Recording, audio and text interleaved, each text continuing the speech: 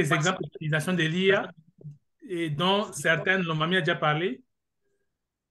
Alors, je vais vous parler par exemple de la reconnaissance faciale. Et au niveau du cabinet du premier président de la Cour de cassation, j'ai vu qu'ils utilisent l'IA aussi pour débloquer la porte, par exemple. Ils utilisent l'empreinte digitale, ou je sais pas, à la cour d'appel de la Gombe, tu lèves juste ta main et puis la porte se débarre, se déverrouille.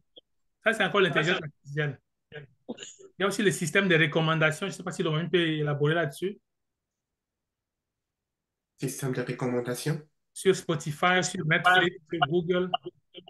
Et naturellement, c'est ce qui se passe aussi lorsque on utilise par exemple un moteur de recherche. Généralement, il retient ce que vous faites lorsque vous naviguez sur la toile et il vous recommande de gérer des nouveaux produits en fonction de votre profil d'utilisateur. Donc, c'est l'intelligence artificielle qui est derrière tout ça pour vous donner comme si vous faites parfois une recherche sur Google, vous faites des recherches sur Google, l'algorithme de Google retient que ces chercheurs est en train de s'intéresser à tels aspects de droit et vous allez vous rendre compte que généralement, vous aurez de la publicité ou des informations vont vous être envoyées par rapport à votre profil. Et en médecine, c'est aussi beaucoup utilisé. Et vous allez voir ça en détail dans le manuel qui sera fourni. Et au niveau des véhicules autonomes, les exemples que vous pouvez retenir, par exemple, un drone. Un drone, c'est un véhicule autonome. Il n'y a pas de pilote dedans, mais vous les téléguidez. Il y a des voitures électriques qui ont cette fonctionnalité aussi. Et c'est les voitures de Tesla, par exemple. Ouais. Et ce que Ferdinand dit, c'est très intéressant. Effectivement, aujourd'hui, on a des voitures électriques avec l'IA qui peuvent être autonomes et circuler. C'est très beau lorsqu'on voit ça, mais derrière tout ça, il y a beaucoup d'enjeux d'ordre juridique. On se pose parfois la question parce que la voiture peut, dans certaines situations, prendre des décisions comme un humain de manière autonome. C'est-à-dire, ben, moi, je suis dans une voiture électrique, c'est elle qui parfois va se dire, là, il faut que j'accélère. Là, il faut que j'arrête. Et moi, je suis quand même dans la voiture. Alors, on se pose parfois des questions en cas d'accident. La responsabilité va incomber à qui? Est-ce que ça va incomber à moi et être humain qui suis dans la voiture en train de conduire? Ou est-ce que ça va incomber à la voiture? Ou est-ce que ça va incomber au fabricant de la voiture? Donc, il y a plusieurs enjeux juridiques que nous allons naturellement explorer lors de notre seconde formation. Absolument. Et puis, ce que vous utilisez peut-être tous les jours sans le savoir, c'est la traduction automatique. Quand vous utilisez Google Translate ou DeepL ou d'autres applications pour traduire d'une langue à l'autre, c'est encore l'IA. bino bokopanique na bino pamba otofuta otosala biso Et tozobongisa puis, bango basima le dernier dans la kosotobongisa liste ici, c'est les assistants virtuels. Et puis, le moment en a parlé en parlant de Siri pour iPhone ou assistant Google pour Android ou Alexa pour Amazon. C'est des assistants virtuels qui peuvent faire beaucoup de tâches et c'est de l'IA aussi. On passe à la suivante. Parlons maintenant des IA génératives comme telles. Et le moment en avait parlé déjà. L'intelligence artificielle générative est différente de l'intelligence artificielle en général par le fait qu'il peut créer des contenus nouveaux et originaux,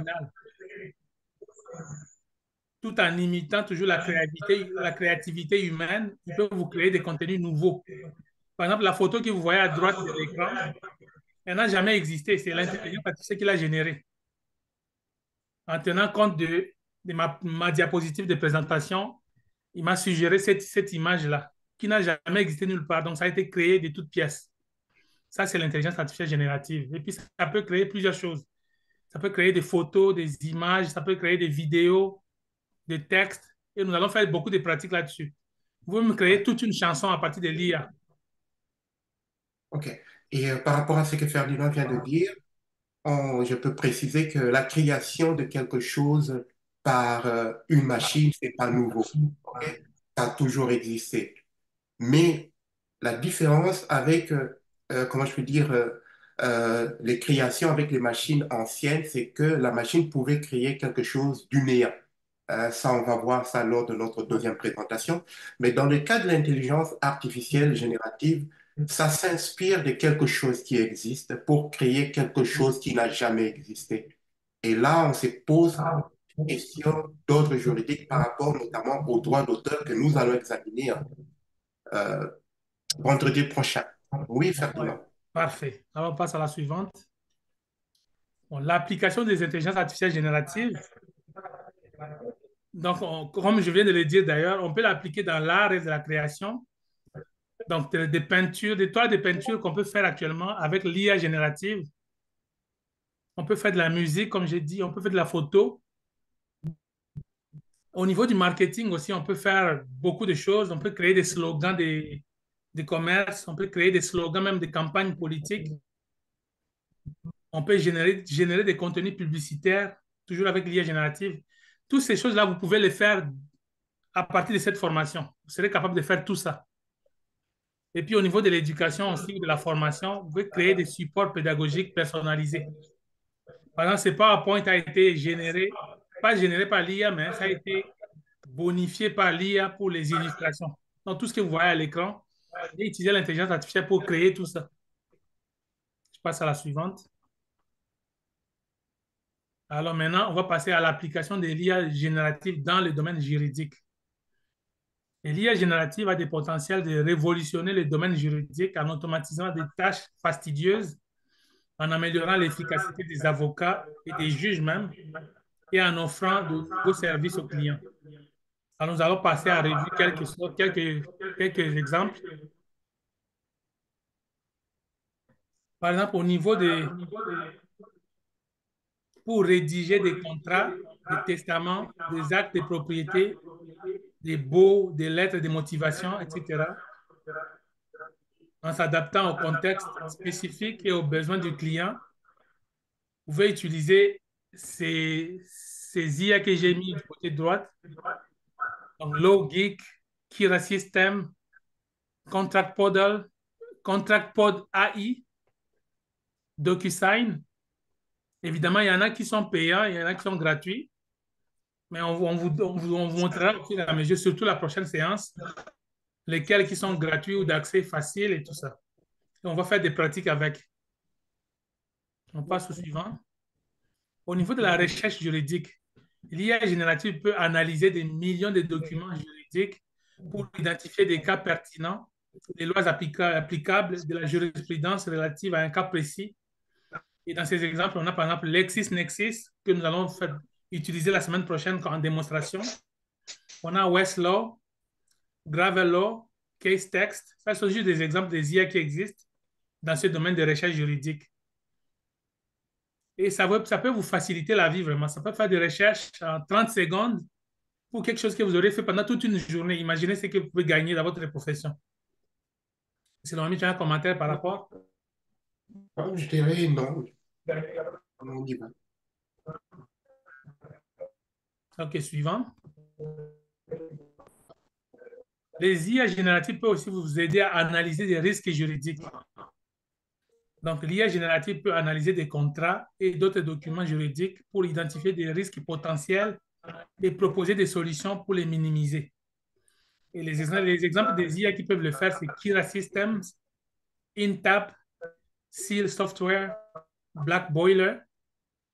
On y reviendra. Alors, cette partie est capitale. Suivez très attentivement parce que c'est la clé pour avoir des bons résultats avec les IA. Alors, on parle des prompts. Les gens qui les ont déjà utilisés connaissent ce que c'est. Alors, un prompt, c'est une instruction ou une requête donnée à une intelligence artificielle, IA, pour qu'elle effectue une tâche spécifique.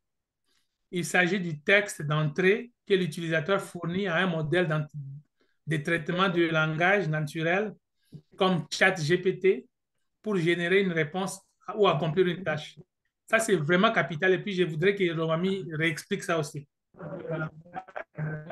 Naturellement, effectivement, comme Ferdinand l'a dit, le prompt, c'est l'action que l'on accomplit pour demander à l'intelligence artificielle de nous donner une réponse.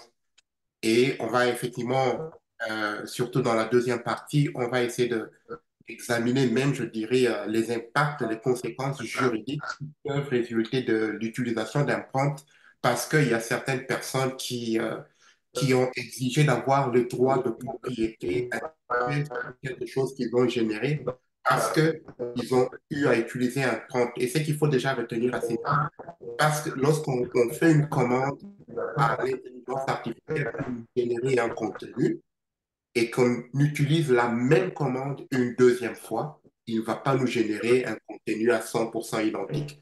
Donc, il y a toujours des variations, des différenciations dans chaque contenu qu'il génère. C'est que déjà, je peux dire qu'il y a quand même des conséquences au plan de droit par rapport à l'usage d'un prompt pour s'attribuer la propriété de l'œuvre qui sera générée par une intelligence artificielle. On va entrer un peu plus en profondeur dans ça lors de notre prochaine formation. Mais déjà, aujourd'hui, sachez que tout le monde va pratiquer à concevoir des prompts et puis à demander à l'intelligence artificielle de réaliser quelque chose. On passe au suivant. Toujours la suite. Dans les contextes juridiques, les prompts peuvent être utilisés pour rédiger des documents, résumer des décisions de justice, effectuer des recherches juridiques et bien plus encore. Et puis, je vais vous donner quelques exemples.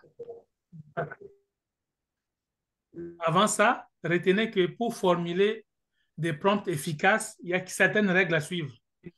Il faut être précis et clair. Un prompt bien formulé doit clairement indiquer ce que vous attendez de l'IA. Et pour les prompts, plus les prompts est précis, plus la réponse sera pertinente. Et vous allez pratiquer ça tout au long de la semaine d'ailleurs. On va vous donner des petits devoirs à faire. Alors, ce qu'il faut faire aussi, il faut bien contextualiser. Donc, fournir le contexte nécessaire pour que l'IA comprenne le cadre de la tâche. Cela peut inclure des informations sur les domaines juridiques spécifiques ou des détails sur les cas que vous cherchez. Voici quelques exemples. D'ailleurs, pour faire une recherche juridique, le prompt que vous devez dire, par exemple, c'est donne-moi un résumé des principaux articles de la loi sur la protection des données personnelles en France. Donc, est-ce que tu peux analyser ce prompt pour voir comment c'est bien rédigé? Ok, parfait, je vais vérifier pour vous.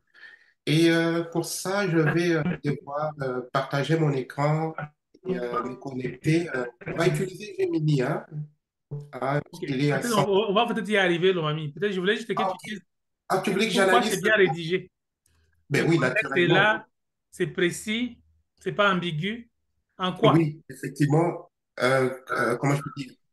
La requête, elle est claire.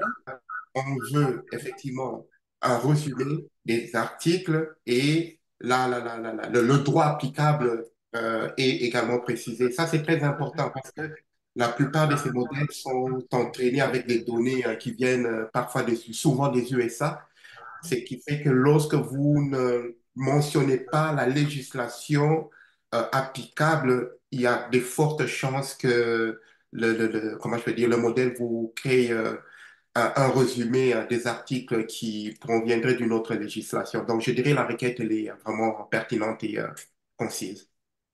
Oui, tu as bien fait de mentionner ça parce que j'ai connu cette difficulté quand j'ai formé les magistrats à Bounia.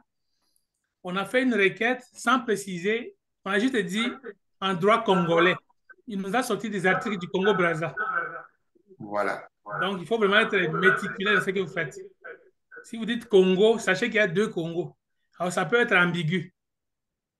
Alors, un autre exemple, pour rédiger un document, par exemple, vous pouvez dire rédige un contrat de prestation de services entre une entreprise et un consultant indépendant en se basant sur la législation française.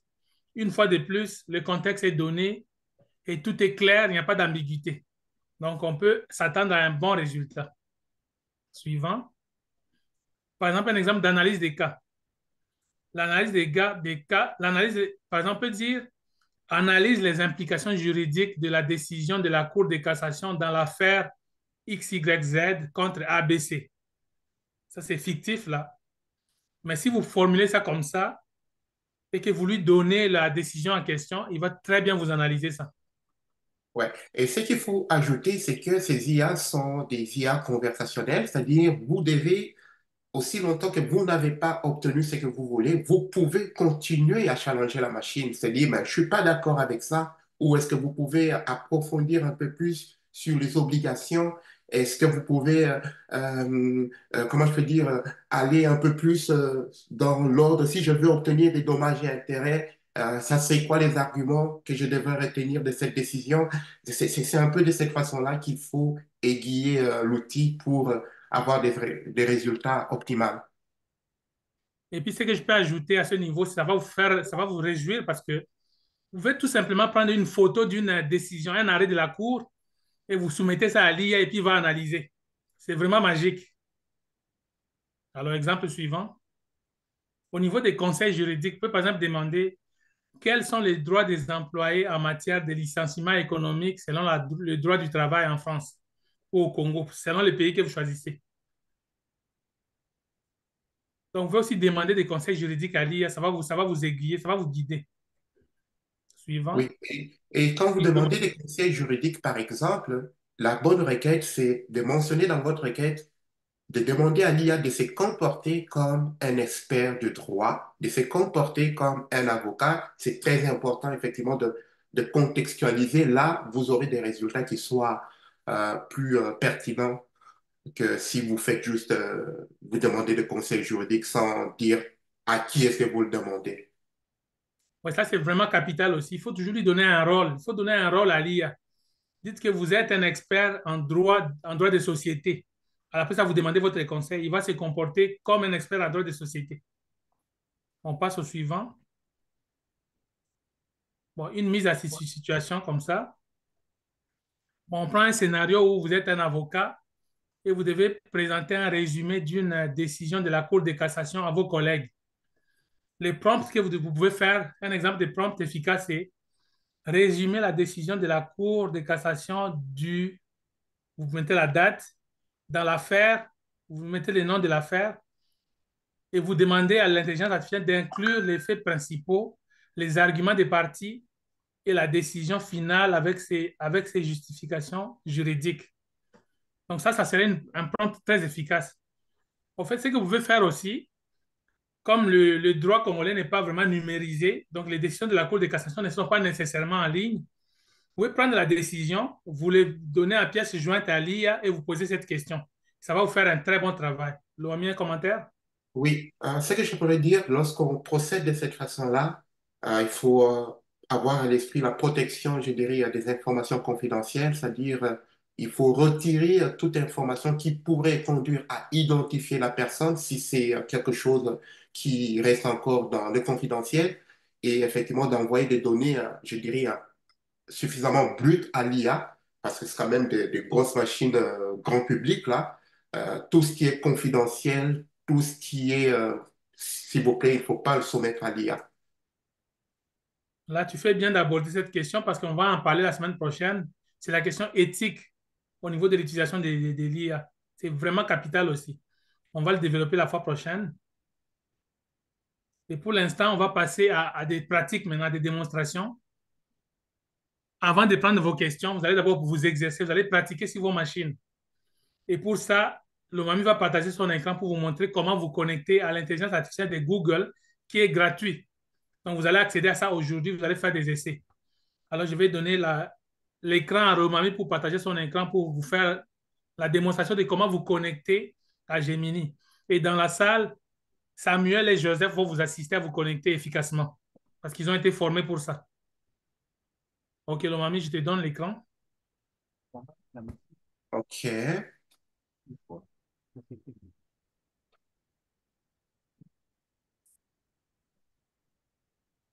c'est moi qui dois partager, hein. Oui, Partager. Parfait. Est-ce que j'espère que mon écran est visible, hein? ouais, on te voit. OK, parfait. Explique juste comment on procède dès le début, OK. là. Alors, je vais aller sur le moteur de recherche sur Google. Je vais mettre Gemini, Gemini, et puis je vais mettre Google parce qu'il y a, si c'est Gemini.com, c'est une compagnie là, une autre compagnie. Alors, je vais juste mettre Gemini Google, je lance la requête, et là, j'ai le premier lien, gemini.google.com. C'est sur celui-ci que je clique. Une fois que je clique, je vais atterrir sur cette plateforme, je peux cliquer ici sur C'est connecté pour me connecter à la plateforme. Comme c'est Google, je dois mettre mon compte Gmail. Je vais mettre mon compte Gmail. Il est là. Je vais cliquer sur Suivant et mon mot de passe.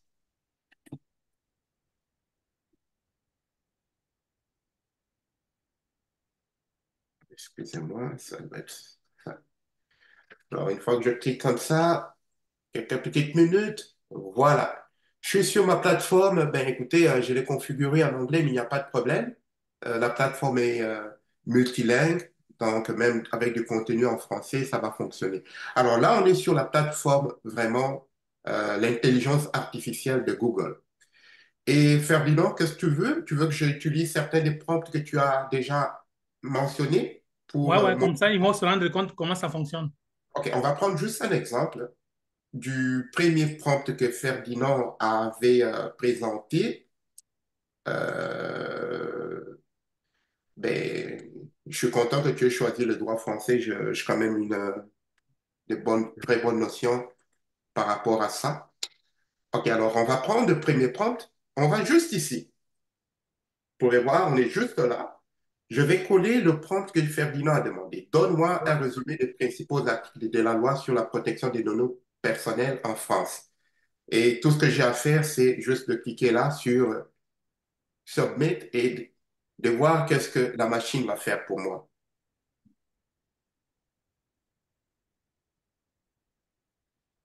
Et le résultat est là en moins de 30 secondes. Donc, naturellement, la machine me donne des résultats et ce qui est aussi intéressant, me donne le résultat de ma requête.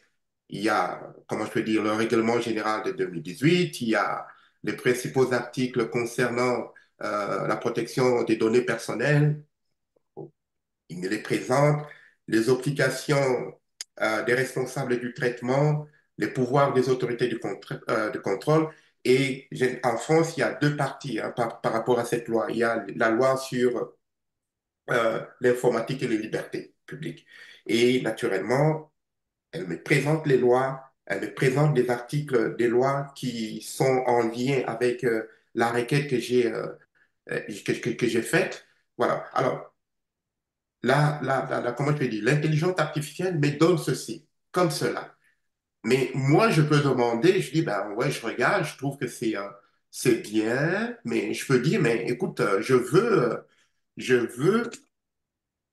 que tu me donnes, que tu me donnes une conclusion, par exemple. Je veux qu'il me fasse quand même une conclusion par rapport à la requête que j'ai faite. Et directement, par rapport à l'information qu'il a fournie, il me fait une conclusion par rapport à ça. Et là, il me ressort même les mots-clés à retenir. Si je veux faire des petits encadrés dans mon travail, que non, voici l'information la plus pertinente. Et parfois même, l'intelligence artificielle me donne des perspectives d'avenir par rapport à cette loi française. Qu'est-ce qu'on peut faire pour la lege ferenda, par exemple? Par exemple, excusez-moi. Il me donne quelques informations sur les perspectives d'avenir et ben, naturellement, il me fait un petit commentaire. Et moi, je peux guider cette intelligence artificielle par rapport à cette question comme je veux, comme je veux. Alors aujourd'hui, là, ça, c'est une requête simple où on lui demande de nous produire du texte, mais dans certaines situations, je peux avoir un texte qui est déjà fait et je demande à l'intelligence artificielle, je veux que tu me résumes ce texte. Et je peux vous assurer qu'il est fait très bien. Et je peux également demander à l'intelligence artificielle, je veux que tu me traduises ces textes en, du français vers l'anglais. Je peux vous rassurer qu'il y a des moteurs de recherche, excusez-moi, des logiciels de traduction qui font le travail, mais d'après les études qui ont été faites récemment, l'IA le fait mieux que Google Translate, par exemple, ainsi de suite. On peut, voilà. Donc, c'est un peu ça. On peut prendre une autre requête que Ferdinand avait mentionné, rédige-moi un contrat de prestation de services entre une entreprise et un consultant indépendant en se basant sur la législation française. Si on prend cette requête, par exemple, je la mets à l'endroit où je dois mettre mon compte. Ma requête, elle est là. Je demande à l'IA de, de, de, de, de, de, de- de le faire. On va voir qu'est-ce que ça va faire. Alors, ça me met contrat de prestation de services entre les parties, nom de l'entreprise, ville, situation géographique de l'entreprise, c'est avec quelle partie il a été convenu. Ça me met l'objet du contrat, les déroulements des prestations, les prix et modalités. On est en droit français, la TVA, comment je peux dire, les taux de la TVA, je vais ajouter, le pourcentage, les paiements, comment est-ce que les paiements seront effectués, c'est quoi la durée du contrat, c'est quoi les clauses de confidentialité qui doivent s'appliquer à ces contrats, par rapport, est-ce qu'il y a des droits de propriété intellectuelle qui vont être rattachés à ces contrats, c'est quoi les responsabilités civiles, naturellement, par rapport à ça. Et si on veut aller plus loin, je dirais, à joindre des responsabilités pénales, je peux demander à l'IA de me créer une section sur la responsabilité pénale par rapport à ces contrats. Et qu'adviendra-t-il en cas de force majeure? Ça sera quoi les droits applicables en cas de conflit? Et naturellement, il y a les dispositions générales qui sont là. Et par rapport à ça, ben, il me donne toutes les informations et le délai de livraison, ainsi de suite. Et parfois, vous allez vous rendre compte que, par exemple, dans cette situation, vous avez fait une requête, l'IA a écrit, mais vous vous rendez compte que ici, on a la livraison de L apostrophe, c'est-à-dire il n'a pas terminé sa pensée. Alors, tout ce qu'on pourrait faire, c'est juste entrer et lui demander, continue d'écrire, par exemple. Vous vous êtes rendu compte qu'il n'a pas terminé et il va poursuivre la rédaction. Voilà. Alors, ça, c'est quelque chose d'important qui vient de ce que je peux vous dire, c'est bien que ça se produise devant vos yeux. Ces modèles ici sont généralement, je dirais surtout pour Google, euh, Gemini ici, c'est souvent euh, entraîné avec des documents beaucoup plus anglophones dans certaines situations, généralement. Et là, vous allez vous rendre compte que lorsque je lui demande de continuer d'écrire, il me répond en anglais.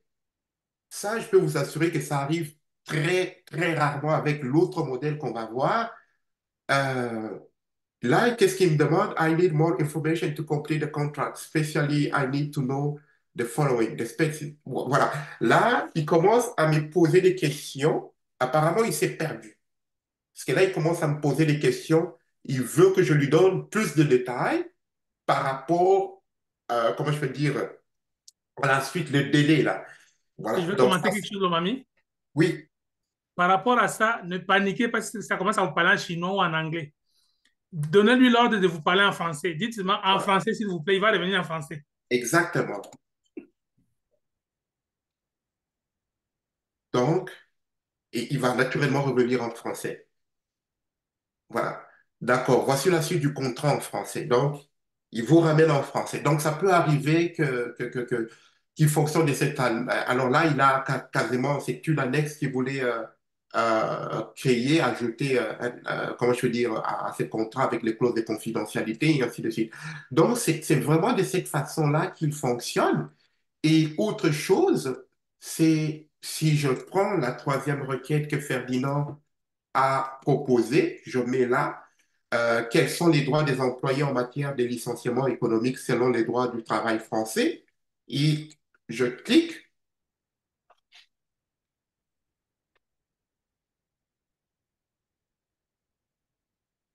voilà.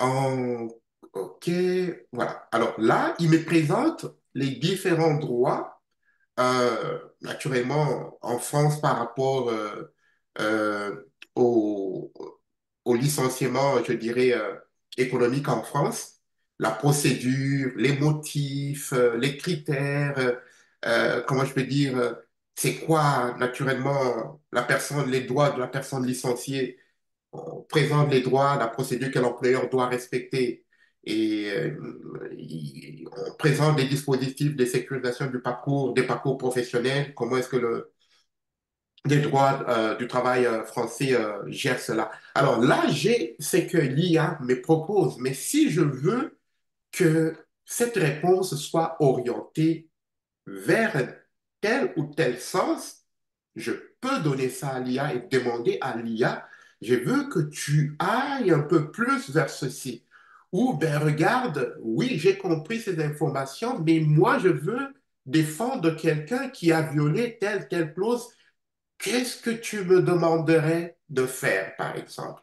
Et je peux vous assurer que ça fonctionne bien. Personnellement, j'ai eu à faire une demande, j'ai eu à analyser la politique de trucs de bagages perdus d'Air France. Euh, et je l'ai mise dans l'IA parce qu'il m'avait répondu que non, voilà, tu avais amené des produits périssables, ce n'est pas couvert, ainsi de suite. Mais j'ai dit oui, je les ai amenés, vous avez accepté de les transporter. Ils m'ont envoyé leur politique, je l'ai juste collé et j'ai orienté l'IA. J'ai dit, est-ce que tu peux, par rapport à cette politique de Air France, me dire ce serait quoi les articles que je devais utiliser pour contester telle décision? Et je peux vous assurer que j'ai eu un texte, j'étais ouf. Je l'ai eu et tout ce que j'ai fait là, c'est le relire, voir, vérifier la pertinence des articles, ainsi de suite. Et j'ai dû renvoyer et j'avais reçu un dédommagement par rapport à ça. Et je peux vous dire que ça s'est fait en quelques minutes là. Donc, c'est vraiment de cette façon-là qu'on peut déjà utiliser ceci. Mais je peux vous rassurer que c'est bien beau, hein. Là, vous voyez le texte, il produit comme ça, ainsi de suite. Imaginez-vous, vous êtes boss, vous êtes, vous êtes chef et vous avez des employés à qui vous payez un salaire.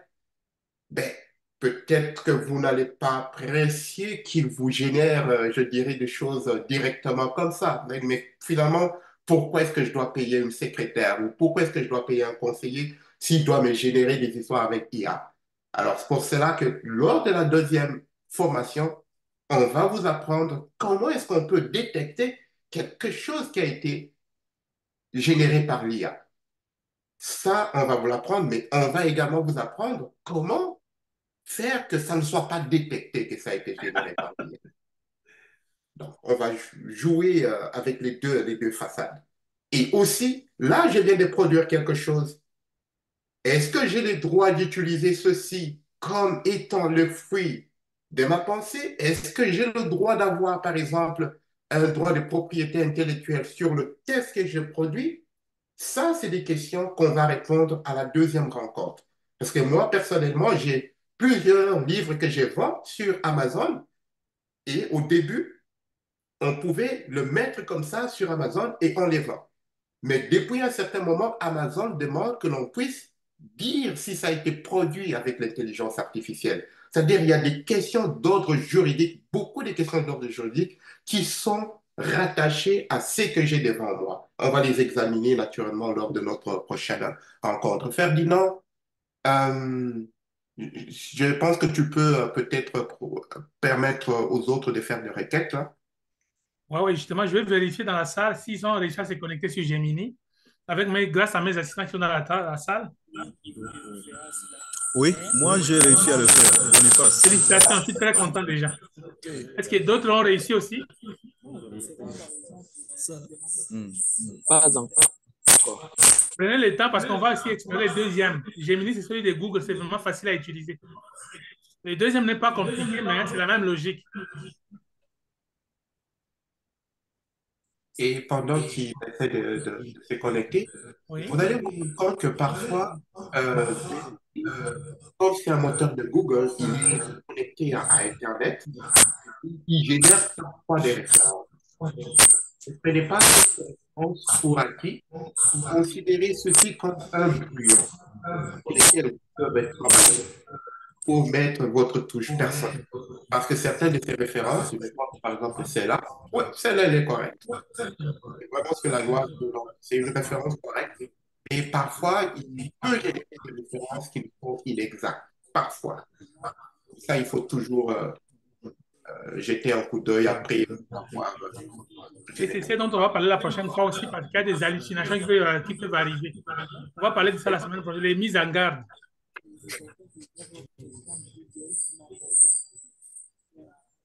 Monsieur Boniface, c'est vous ma référence. Est-ce on peut essayer le deuxième outil? Bon, avant de passer, on peut peut-être vous présenter ce qu'on a fait comme exercice. Ouais, pourquoi pas? C'est une bonne idée. Oui, bon, j'ai posé comme par hasard une question suivante. Oui. Cour de cassation. Oh là là. Il y a un micro qui interfère. Les pourvois en cassation, oui. Est-il en France? Attendez que je réponds. Oui, un troisième degré de juridiction. Une question comme ça. Sinon, quelles sont ses missions essentielles? Qu'est-ce que tu penses de cette requête? La réponse, je disais ceci. Oui. Le pouvoir en cassation est-il en France un troisième degré de juridiction? Alors, sinon, quelles sont ses missions essentielles?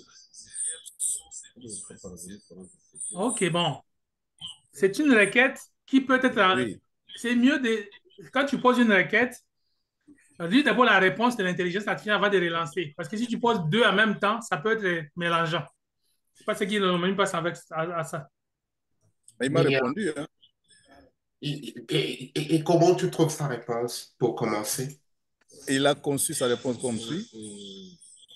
Non, le pouvoir en cassation en France n'est pas un troisième degré de juridiction. Il s'agit d'une voie de recours extraordinaire permettant de contester une décision de justice rendue en dernier ressort, c'est-à-dire qu'il n'est plus possible de faire appel de cette décision. Il poursuit. La Cour de cassation, juridiction suprême de l'ordre judiciaire, n'a pas pour rôle de rejuger l'affaire au fond. Elle veille à l'application correcte du droit par les juridictions du fond et assure l'unité d'interprétation de la loi. Moi, je dirais que personne.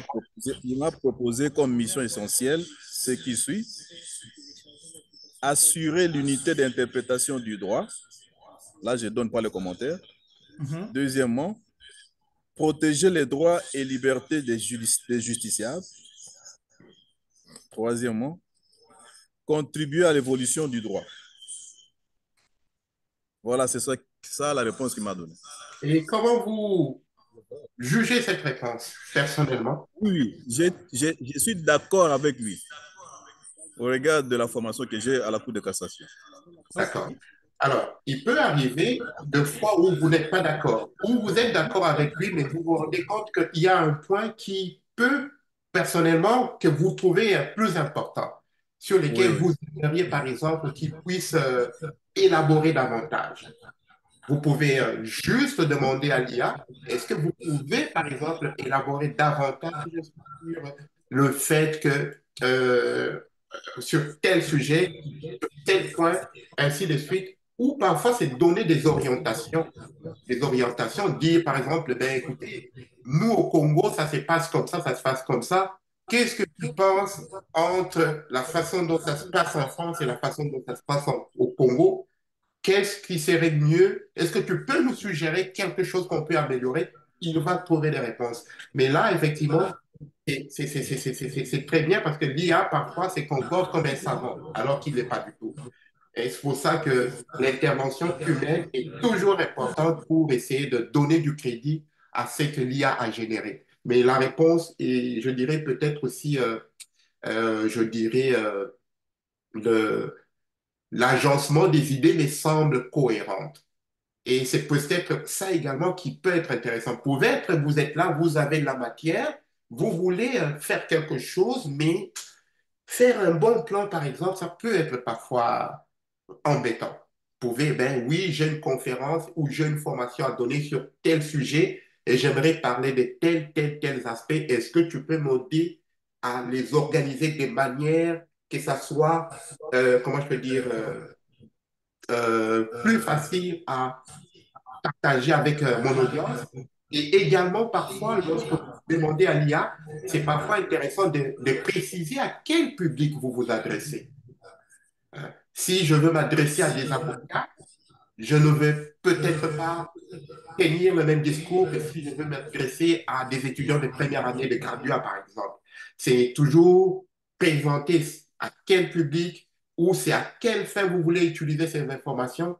Et ça répond, je dirais, différemment. Et la même requête que vous avez faite là, si vous donnez, comment je peux dire, vous personnalisez l'IA en disant que non, voilà, vous êtes expert du droit français, vous êtes ceci, souvent, il y a une petite nuance de plus qui va s'ajouter dans, dans, dans, dans, dans la réponse.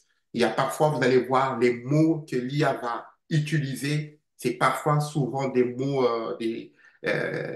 plus adaptés pour un professionnel de droit et des mots que l'IA utiliserait pour répondre à, comment je peux dire, à un public qui n'est pas averti, un public qui n'est pas juriste. Donc, ça aussi, c'est souvent des éléments qu'il faut mettre. Je veux que tu agisses comme un ingénieur, je veux que tu agisses comme un expert de droit, et parfois même, c'est préciser quel droit, droit fiscal, droit public, et là, ça devient encore plus pertinent les informations qui seront fournies. Là, je n'ai aucun commentaire, c'est parfait. Et du côté de Boniface et du côté de Lomami. Est-ce qu'il y a quelqu'un d'autre qui va intervenir?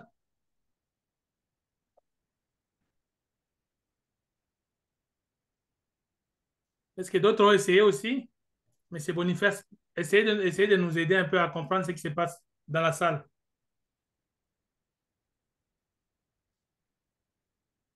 Votre micro est fermé. Si vous pouvez parler, Monsieur Boniface? Je suis en contact avec les amis. OK. Ça se passe comment? Ils se battent pour essayer de faire quelque chose. OK. Maintenant que tu as réussi, au moins tu peux être une référence pour eux. Oui. Et ça nous fait tellement... Google, hein. Ça nous donne la joie. OK. Est-ce qu'on peut passer au deuxième outil? Comme ça, vous allez continuer à vous battre avec? Bon, ça dépend de la réaction de la salle d'abord. Est-ce que vous pensez qu'une idée peut être exploitée? Président Comte, vous êtes en train de noter? Ah, et une question va vous être posée tout à l'heure. OK, c'est bien. On est là. Sauf que le Lomami doit quitter dans 15 minutes, donc il faut que ça vienne vite. Président, faites vite. Bon, alors, la question est posée par mon canal. Hein. OK. Elle est la suivante. Bon, je vous la pose d'abord ou Oui, allez-y. je passe par la même formule? On a posé nous la question et puis on va analyser ensemble. Okay, d'accord. Fraus omnia corrupit. Okay. Est-ce un principe général du droit? Fraus omnia corrupit. Oui. Tu peux essayer de chercher chez toi? Général du droit? Qui fasse la requête? Oui, bon. Je peux le faire. Ouais, c'est mieux que tu les pratiques de ton côté comme ça. On va juste surveiller ce que ça donne et comment ça marche. S'il vous plaît. Omnia corrupit.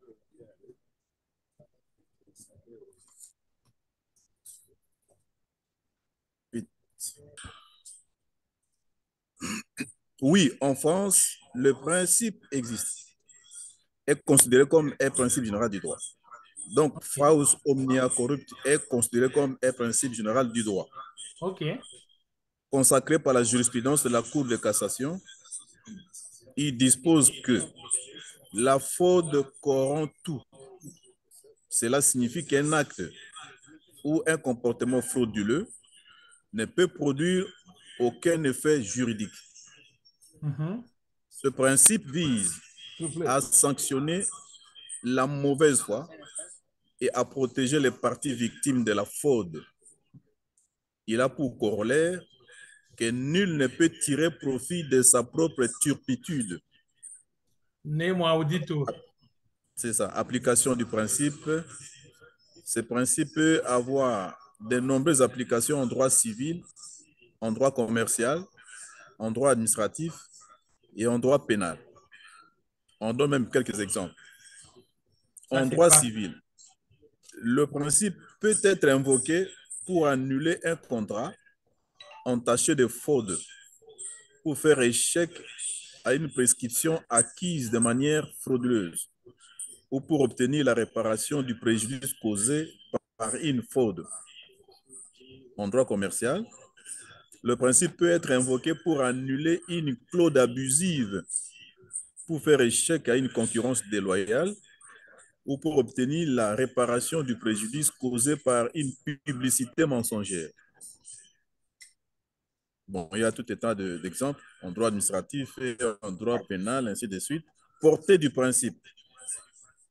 Ce principe est un principe d'ordre public. Cela signifie qu'il peut être appliqué par les juges, même si les parties n'en ont pas fait valoir le bénéfice. On peut s'arrêter là parce que mais il y a quand même une conclusion. Oui. En conclusion, ce principe est important du droit français qui permet de sanctionner la fraude et de protéger les parties victimes de la mauvaise foi. Voilà. C'est parfait. Quelque chose, hein? Ouais. Alors, je pense que cette réponse, elle est très bonne, cette réponse. Et naturellement, vous pouvez aller plus loin si vous voulez avoir autre chose. Je prends un exemple. Si vous voulez avoir l'opinion de l'IA par rapport à ce principe, est-ce que c'est un principe qui est moralement ou ceci justifiable, ainsi de suite, va vous donner qu'est-ce qu'il pense de ce principe et vous pouvez naturellement, lorsque vous discutez avec l'IA, lui demander comme je le dis toujours, d'améliorer ceci ou vous n'êtes pas d'accord avec ça, ainsi de suite. Donc, c'est toujours y aller de cette façon-là.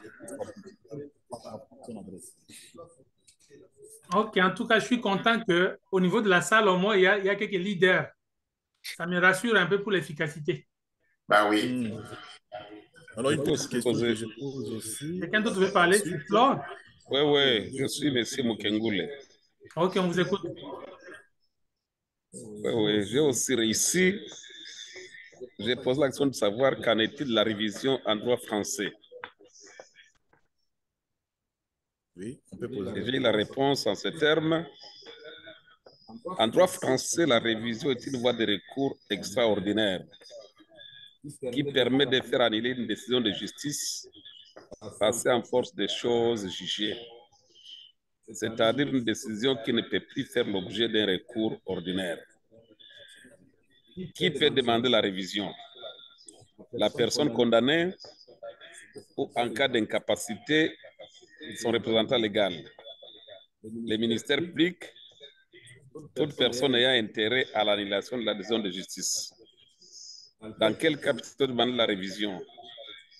Lorsqu'un fait nouveau est découvert après la décision de justice, ce fait nouveau doit être de nature à établir l'innocence du condamné ou à faire naître un doute sur sa culpabilité. 2. Lorsqu'un élément inconnu de la juridiction au jour du procès est révélé, cet élément inconnu doit être de nature à influencer la décision de la juridiction et la procédure continue. Est-ce que ça vous satisfait? Oui, c'est correct. Ok, vous voyez que vous allez amplifier votre intelligence maintenant, désormais. On peut aussi beaucoup apprendre, hein, juste avec, en interaction avec l'IA. Oui. Ça peut éclairer vos zones d'ombre, mais soyez sûr d'être d'abord maître de votre domaine. Parce que si vous ne connaissez rien, ça peut vous induire en erreur. C'est vrai. Ouais. Vous m'avez mis un Et commentaire? parfois même des questions qu'on aurait dû poser à un collègue qui n'est pas là, et ainsi de suite. On a peut-être des zones d'ombre, on peut le poser à l'IA. Et voici, j'ai telle situation, qu'est-ce que je peux répondre par rapport à cette situation pour avoir tel résultat, par exemple. Il va vous donner sa réflexion. Et si vous n'êtes pas d'accord, vous pouvez l'orienter pour dire, ben oui, je suis d'accord avec cette portion, mais ça, je ne pense pas que c'est bien. Est-ce que tu peux trouver d'autres arguments? Et il va vous générer d'autres arguments. Et c'est vraiment comme ça, c'est vraiment un outil conversationnel de converser avec l'IA, de l'orienter vers les objectifs que vous voulez atteindre.